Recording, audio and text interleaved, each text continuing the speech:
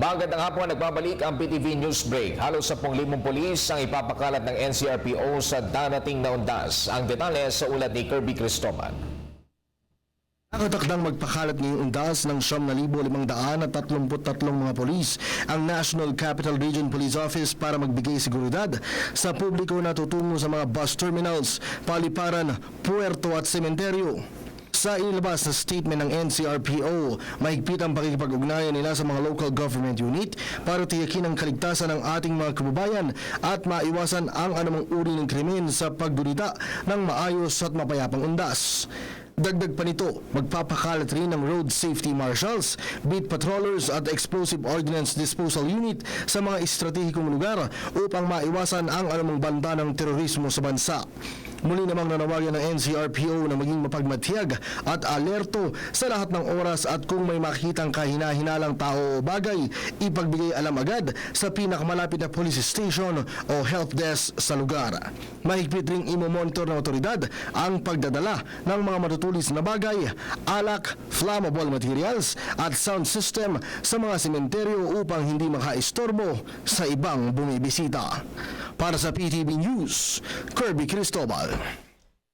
Samantala, pinalalahanan ng Manila International Airport Authority o MIAA ang mga biyaherong dadagsa sa Ninoy Aquino International Airport o NAIA para sa undas. Ayon kay MIAA General Manager Edmond Real, mas mainam kung magtutungo na ng paliparan 2 oras at kalahati bago ang nakadakda nilang flight na asahan ang bulto ng mga tao magsisipag-uwi ngayong undas, habang sasamantalihin naman ang iba ang long weekend upang makapagbakasyon.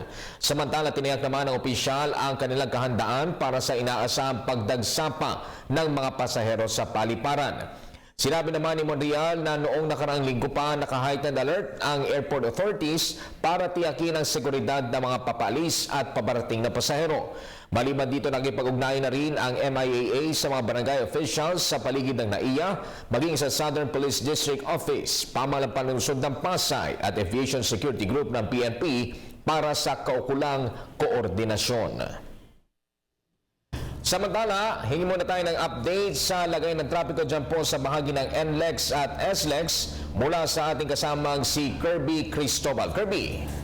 Ralph, normal pa ang sitwasyon ng trapiko sa North Luzon Expressway ngayon, ngunit inaasahan na sa mga susunod na araw ay unti-unti nang tataas ang bilang ng mga sasakyan papauwi sa kanilang mga probinsya para kunitain ng undas.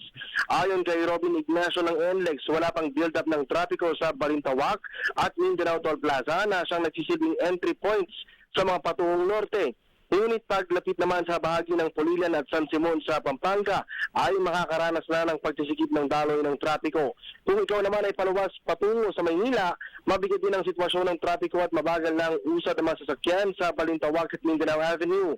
Upang makatulong naman na mapabilis ang serbisyo sa mga toll plaza, naglagay ng mga portable toll collection gadget ang NLEX at nagdag na ambulance tellers.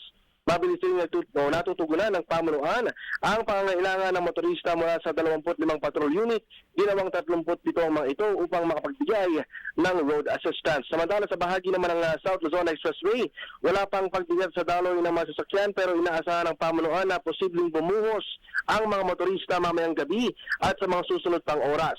31 ambulance teller din ang idinagdag ng SLEX para naman makatulong sa mga toll plaza, partikular sa Calamba Exit.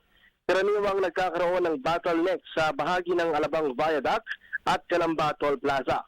Nakadeploy na rin ang kanilang mga patrol unit sakaling may masiraan ng motorista at may mechanic assistance rin na matatagpuan sa mga gasoline station. Yan ang update para sa PTV, Kirby Cristobal.